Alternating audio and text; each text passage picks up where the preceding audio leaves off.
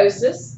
They'll stimulate it in fibroblasts for sure because they have the ability to give rise to the fibers. Did you notice the cells that came up to create the collagen in the video? And it was the goal of the collagen to take the two edges of the wound and help pull it back together. That is where we begin to get the healing. So, if we can get the materials to the point of the breach, all right,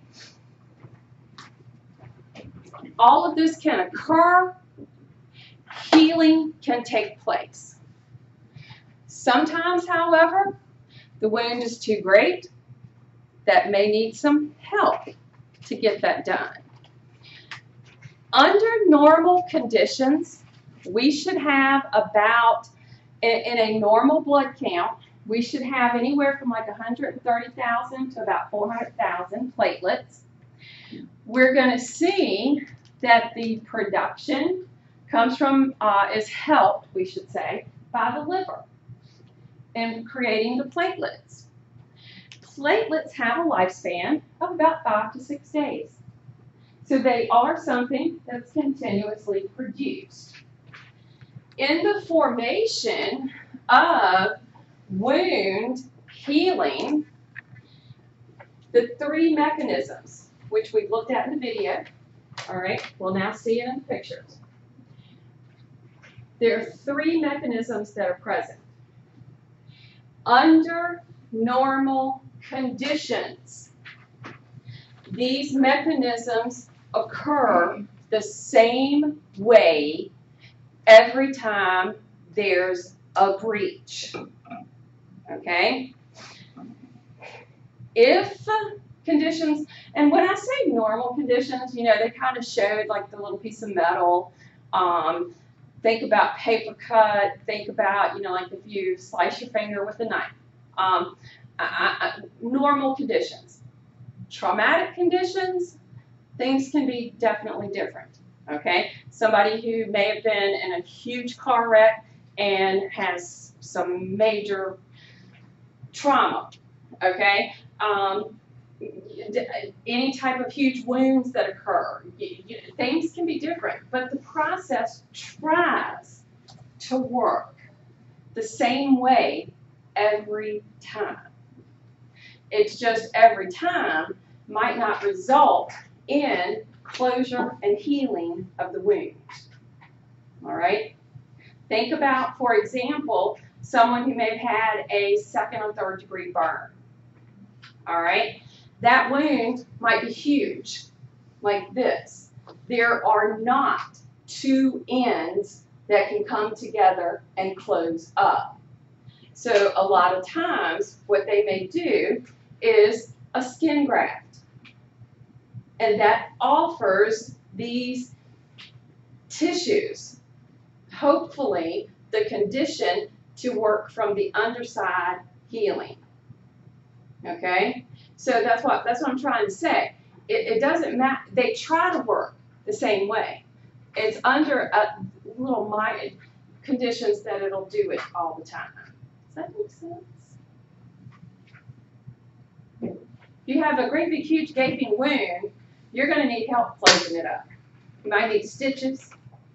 You might need skin graft. But something like a paper cut, splinter, whatever the case might be, this is going to be great. It's going to be bada bing, bada boom.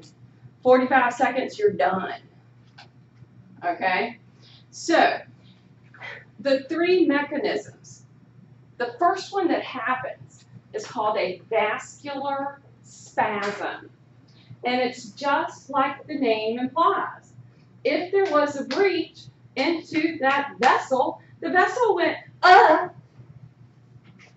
okay? It spasmed. So, we need to make sure that we get that closed. Vessels our smooth muscle, okay?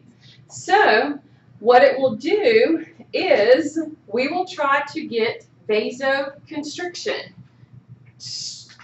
closing up of that vessel.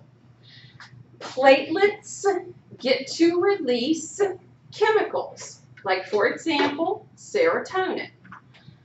That vessel will begin to constrict, but the spasm that occurred set off a series of events that are going to take place. So the second thing that's going to happen is we're going to see that at the area where the vessel was injured, collagen got exposed because collagen is in the blood vessels. Okay? Now, under normal conditions, blood flowing freely, no breaks in a vessel, we have to make sure platelets do not stick to the blood vessel. Naturally, blood vessels are coated with something called prostacyclin. It's a repellent. It repels the platelets so that they don't clot. However, when the vessel gets injured, collagen fibers get exposed, platelets get to adhere to this, it begins to create the platelet plug, it traps red blood cells, we get release of more chemicals, which technically is positive feedback. However, they do not continue. They stop. Once we have rushed materials in, the clot has formed, the chemicals will stop. It is when clotting factors are not all present and this goes awry that it could be a bleeding out problem. But under normal conditions, that fibers come in, the platelets are there, red blood cells are there, everything kind of gets stuck in a spot and it has clotted. We don't want this happening everywhere in the body though. We do not want clotting to be able to occur anywhere. The process as a whole for clotting factors is over 30 chemicals. For your body, think about a paper cut. How quick does that paper cut quit bleeding? Just in a few minutes. Not that much. If everything is normal in your body, it should stop in under a minute. And that's it. That's all you probably think about it anymore. But this process is what has taken place. And it has involved over 30 chemicals. The goal is to make sure our materials that can create the fibers work. So, the pathways are termed extrinsic and intrinsic. Anything that's happening to the external part of the body, that's how you got to think about it, okay? Anything occurring external would be an extrinsic factor, meaning it got damaged, tissue got damaged, chemicals are going to get released, blood's going to rush in, we're going to see all these cells brought in. Then what happens in the blood itself is intrinsic. The goal of these two pathways, get to my common factor. These are the blood factors, clotting factors that are needed. What would happen if in either of these pathways a clotting factor was missing. You don't get to make it to the next step. You do not make it to what is known as factor 10. Because it's factor 10 that will begin to activate the materials to make fibers. And clotting will not occur. So all of this, internal, external, goal, make sure both pathways reach factor 10. People who may have hemophilia, there are different types of hemophilia, okay? Do you know anyone who's ever had hemophilia? I have a friend, bless her heart, she had 3 boys. All 3 had hemophilia. And it's, of course, a bleeding disorder, and usually they're deficient in one of these factors, okay, depending on which hemophilia is present.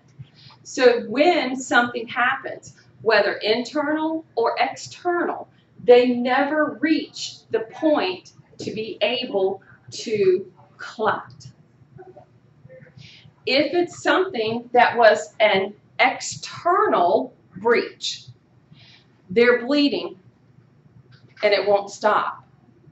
If it's something internal, like for example, it can be as simple as simply bumping like this, and someone with hemophilia will create a bruise that is just getting bigger and bigger and bigger because there's no clotting factor.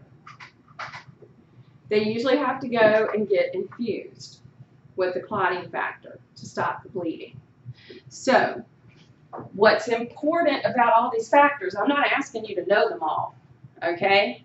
I want you to understand whether we're looking at the internal, what's in the blood, or external, what has happened to make the breach, we have to get to factor 10.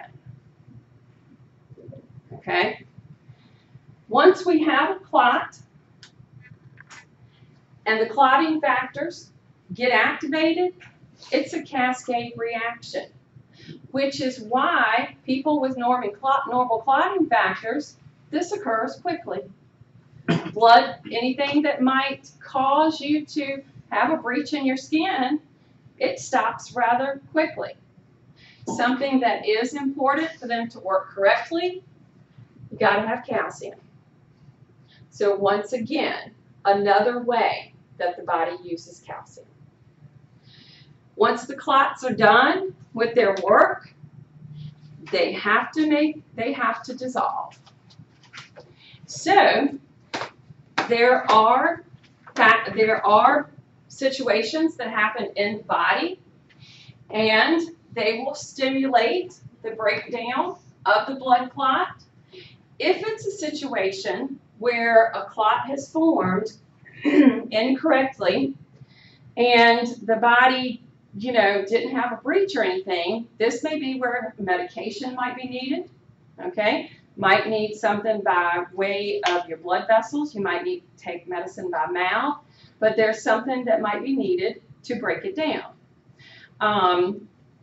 Heart attacks can involve a clot that appear. Aneurysms, if you think about something like, have you ever heard somebody have a brain aneurysm? Okay, that's a clot that shouldn't have been where it should be, okay? So the clot has to dissolve. There are different enzymes that will work, okay? We also have the ability in our body to keep clots from forming. So under normal conditions, okay, we have products available, especially something like heparin. Have y'all ever heard of that? It's a blood clot medicine. Like probably with your patients, there's a lot of them that might be on heparin. It's released by leeches when leeches bite you. Okay, like, you don't feel